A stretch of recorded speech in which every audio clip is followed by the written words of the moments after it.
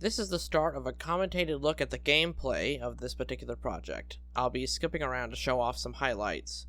We will start off in the starting area. It gets the player used to doing simple tasks for puzzles and gives them a safe space to walk around.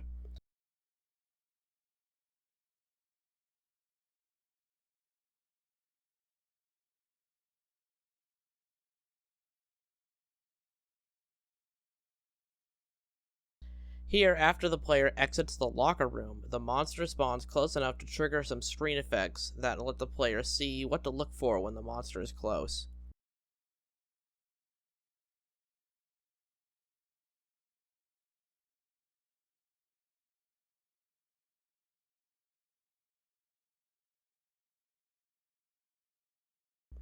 I like this part where you take the power cell and it kills the lights.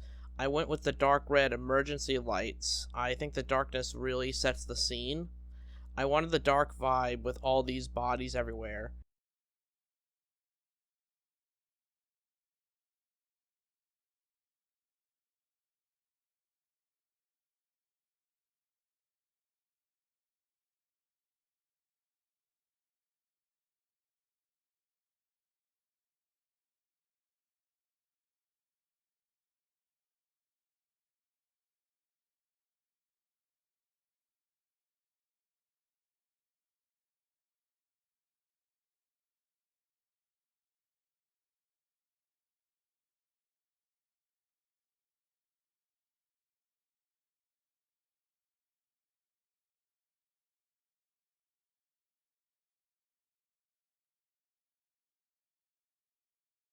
You'll notice also how large the places are, especially in this area. This was to give more room for the player to avoid the monster at this stage. The monster and the player maintain kind of a pretty far distance between each other in most of the spots in this early area.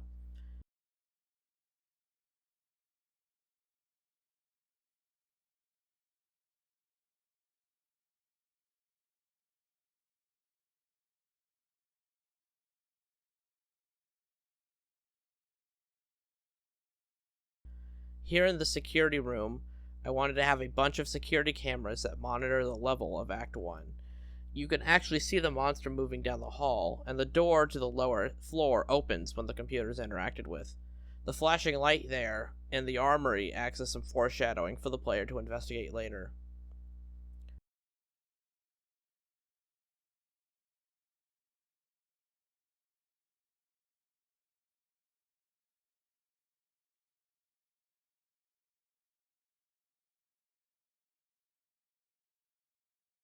I put in some backtracking a few times in this level, like here with the jammed door, just to add to the anxiety of needing to traverse through the level again when you don't know where the monster is.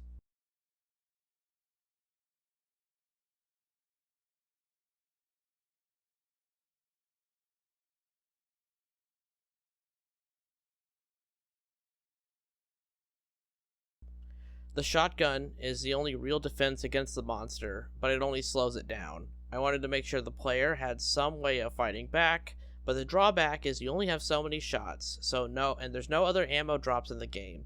You get a limited amount of chances to slow it down.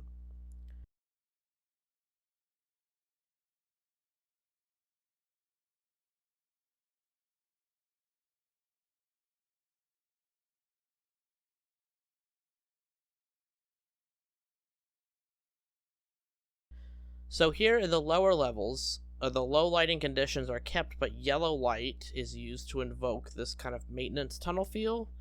I wanted this section of the map, for this section of the map. When the player enters the tool room, the monster was teleported down here nearby. I used this trick to keep the monster close for thematic moments and to make sure the monster is always something the player has to deal with.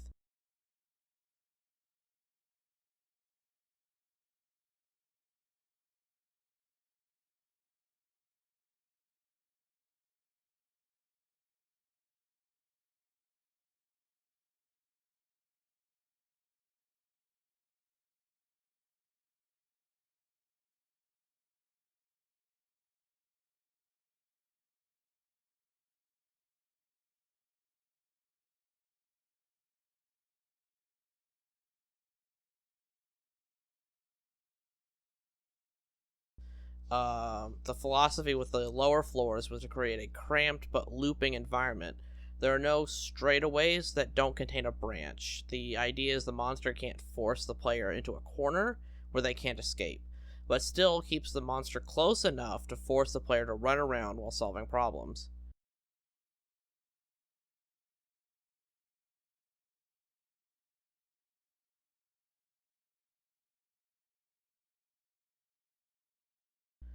Lighting was important to get right.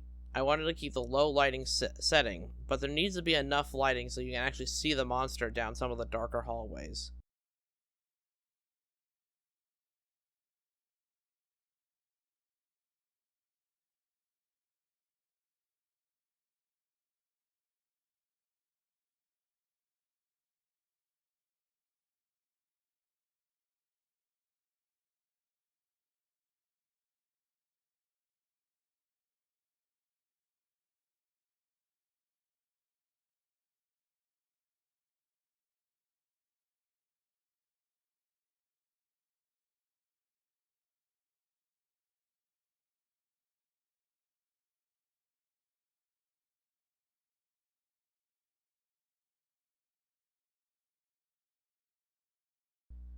The biggest section of Act 2 would be here in the cargo hold. It acts as a separation between the two sections of the lower levels. There's also some environmental storytelling here with the busted open cargo container.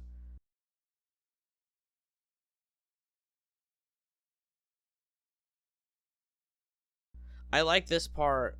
When I designed the cargo hold, I wanted a section where the player is forced to crawl under a bunch of boxes. I think that makes traversal a little bit more interesting.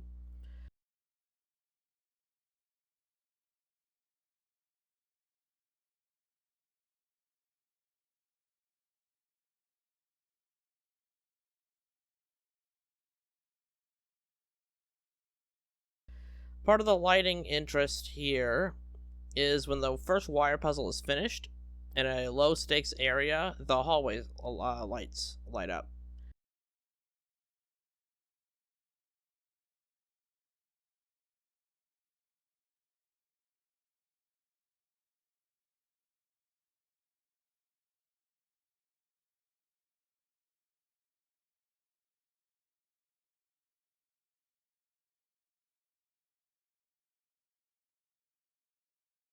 Here is a good example of how, even though the player gets alerted to the monster's presence, it can still sneak up on you. This is a good example of the frantic, intense game feel I was going for this section. The monster is constantly patrolling this area, and the player needs to align power nodes.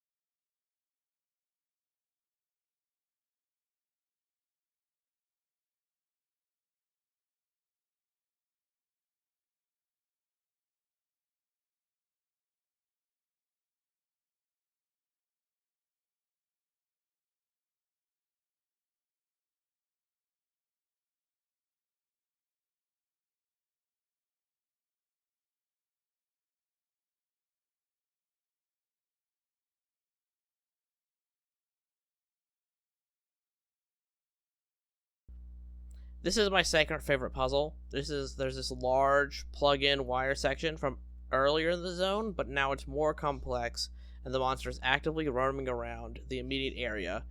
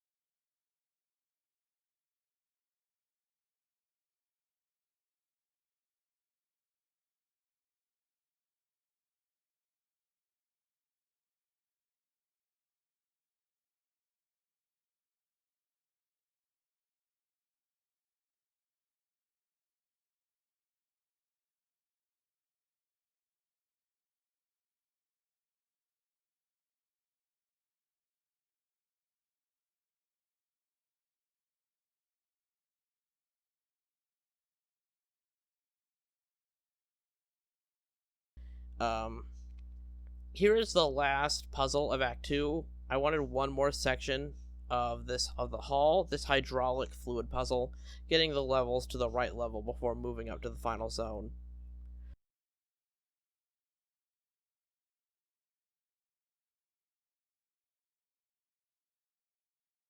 So here in the final zone, it's fully well lit because power is supposed to be restored at this point. It's also the shortest zone, and it's where my favorite puzzle's at.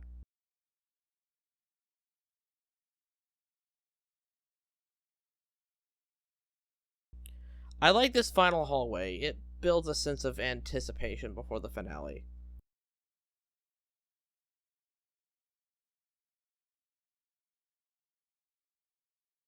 This is my favorite puzzle. It forces the player to get right next to the monster. Only one door can be opened at a time, and it's here in this playthrough I failed to trap the monster in the airlock the first time around, which heightens the tense feeling I was going for, and where one wrong step ends the game.